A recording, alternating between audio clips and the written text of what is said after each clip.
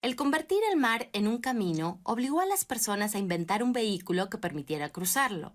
En el agua, las cosas sólidas se hunden. No podemos contar la historia de los barcos porque no llegaríamos a donde debemos arribar hoy. Sin embargo, es importante destacar este invento grandioso que cambió el mundo provocando grandes descubrimientos e intercambios. La primera gran reducción del mundo a un lugar del que podíamos apropiarnos fue gracias a los buques. En términos de física y de ingeniería básica, un barco flota no por el material de que está fabricado. De hecho, un barco, el SS Fate, hecho de concreto, flota porque es hueco. Y así, en diversos lugares de nuestro mundo, aprovechando los materiales que tenían a mano, la gente aprendió a construir embarcaciones que, gracias al buen uso de las leyes de la física, no se hunden.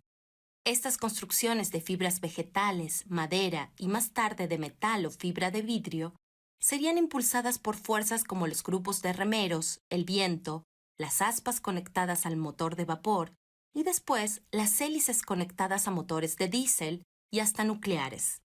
Los pueblos vikingos, los españoles, los fenicios, los ingleses, todos los habitantes de la península escandinava eran grandes navegantes, así como los japoneses, indonesios y chinos. El propio crecimiento de las capacidades para construir y crear llevaron a los pueblos a un momento en el que ya no se trataba de jalar y empujar una barca mediana sobre la arena para descargar la pesca en la costa, sino de anclar un barco hecho y derecho y amarrarlo. ¿A qué y a dónde? Por ejemplo, a un puerto. Wadi el Yarf se encuentra en las orillas del Mar Rojo. Es una construcción humana para recibir barcos con personas y mercancías. Fue hecho hace 4.500 años. Los puertos más importantes del mundo son construcciones útiles y mágicas. Puntos de intercambio cultural, racial, económico, lingüístico. Estos son algunos puertos que por historia son indispensables en nuestra lista de perlas marítimas. El más antiguo, de Canadá, y un bello lugar, Quebec. El más grande de China, Tianjin, en la capital de Beijing. El más bello de los viejos mares donde europeos y asiáticos se encontraron, Kusadasi, Turquía. San Petersburgo, la Rusia europea, mostrando su belleza al mundo e intercambiando pescado, madera, petróleo. También está Liverpool, de donde partiera el tristemente famoso Titanic. Buenos Aires, creado en la desembocadura del Río de la Plata. Alejandría, el gran puerto de Egipto en el Mediterráneo. El de Palos, de donde zarpara Colón hacia el Nuevo Mundo. El de Callao, en el Perú. Lagos, Mombasa y Trípoli, los puertos que África tiene en el Atlántico, el Océano Índico y el Mediterráneo. Calais, el puerto francés. La llegada de los españoles a la Villa Rica de la Veracruz inauguró la idea de los puertos modernos, para que el oro, la plata y otras muchas riquezas se fueran a España. Y por supuesto, el mar es el camino de los grandes volúmenes. Si comparamos las capacidades de carga más grandes de diversos transportes, tenemos lo siguiente.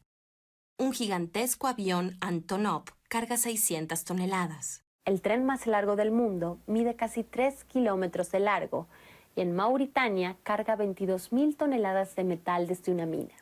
Un camión de doble remolque, unas 80 toneladas.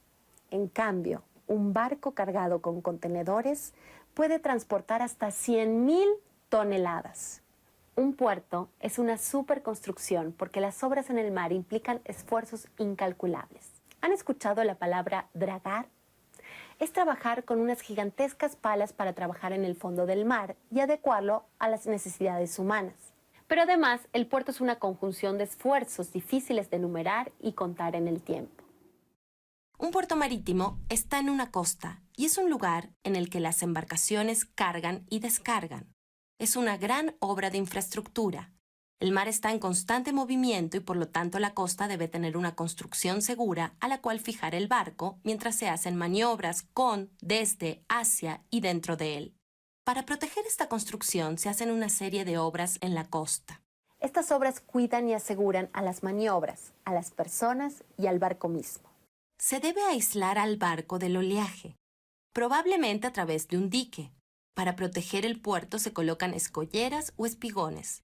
enormes estructuras que sirven para intencionalmente dirigir el flujo del agua y evitar que la arena movida por el mar haga que perdamos calado. Por ejemplo, esto del calado quiere decir que los barcos muy grandes tienen que poder entrar en un canal profundo para no encallar en el fondo. En la mayoría de los casos se construyen canales para la entrada de los barcos, como si habláramos de grandes lugares de estacionamiento. Ya en el muelle, el espacio sólido donde el barco se amarra y se fija temporalmente a la orilla. Después, un poco más adentro, ya en tierra, tenemos los depósitos o almacenes. Pero al puerto llegan productos, mercancías, personas desde tierra adentro. Porque a ese gran puerto, la valiosa carga puede llegar por avión, o sea que vendría bien un aeropuerto, y si la carga llega por tierra, vendría muy bien una buena carretera y además un ferrocarril. ¿Y la carga?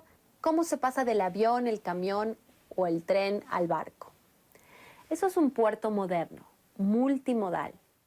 En este sentido, la multimodalidad aquí se refiere al sistema de transporte. Llega el transporte marítimo, llega a una terminal, se hace el cambio de la carga pasa al ferrocarril, se carga en el ferrocarril, pasa a sistemas de tránsito, llega a puertos secos en el interior y se distribuye vía camión. Entonces esto es multimodal, pasa de un medio de transporte a otro y de ese medio de transporte a otro hasta llegar al destino final. Se usan contenedores, enormes cajas de metal en las que las mercancías se mueven por tierra y mar, montados sobre la plataforma de un carro de ferrocarril o de un tráiler camión. En un puerto se encuentran las grúas más impresionantes. Se les llama de pórtico porque son como el gigantesco marco doble de una puerta. 4 enormes vigas verticales, de las que salen 2 vigas horizontales, que a su vez tienen unos rieles, y en esos rieles se desliza lo que es propiamente la grúa, que sube y baja para colocar los contenedores. Entre los puertos de contenedores, el top 10 está en China, en Shanghái, que ya en el 500 antes de nuestra era figuran registros como poblado de pescadores. Singapur, en la ribera norte del río del mismo nombre. Shenzhen en China también es el delta del río Perla en Cantón, un puerto con 260 kilómetros de costa. Otro símbolo de comercio internacional es el puerto de Hong Kong. Busan es el puerto más grande de la península de Corea del Sur. Dubái es el símbolo del poderío moderno en Arabia. Ya estamos hablando de que el puerto está preparado para recibir buques de última generación, que son los buques triple-E, con 18,000 contenedores cada uno. No todos los puertos son de contenedores. Los hay cuyo principal tráfico es de petróleo, gas y sal.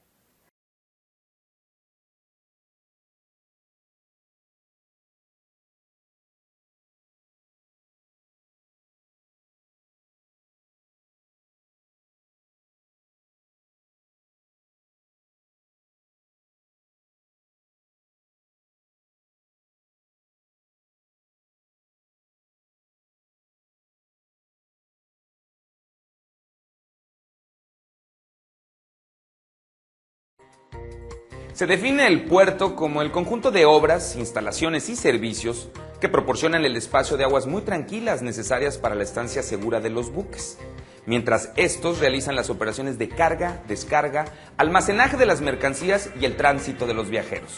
Se escucha muy técnico, pero la verdad es que así ha sido durante miles de años. En general, las funciones de un puerto son comercial, intercambio modal del transporte marítimo y terrestre, base del barco y fuente de desarrollo regional. Desde el punto de vista funcional, las obras y las instalaciones de un puerto se pueden clasificar por su ubicación de la siguiente forma. En la zona marítima, destinada al barco, se disponen las obras de abrigo que protegen la zona de atraques del oleaje exterior, constituidas fundamentalmente por los diques y escolleras.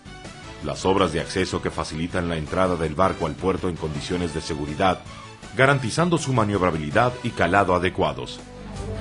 Entre ellas, tenemos la señalización como lo son los faros, balizas, radiofaros y boyas, los canales dragados, esclusas, las zonas de fondeo con la función de mantener el barco sujeto al fondo en aguas tranquilas, a la espera de su turno de atraque en los muelles, y las dársenas que constituyen la superficie de aguas abrigadas aptas para la permanencia y operación de los barcos.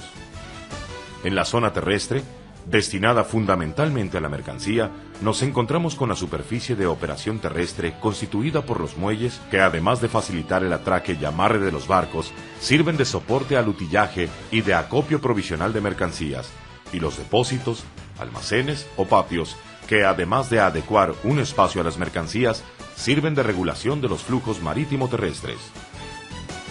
En la zona de evacuación, destinada al transporte terrestre y ferroviario, debemos diferenciar las vías de acceso al puerto desde la red general, las de circunvalación o reparto y las de penetración a la zona de operación terrestre con sus áreas de maniobra y estacionamiento. Ocasionalmente, pueden ubicarse en los puertos una zona de asentamiento de industrias básicas como siderurgias, astilleros, petroquímicas, refinerías, etc. Incluso en algunos casos, ha sido necesario crear puertos exclusivamente para su servicio.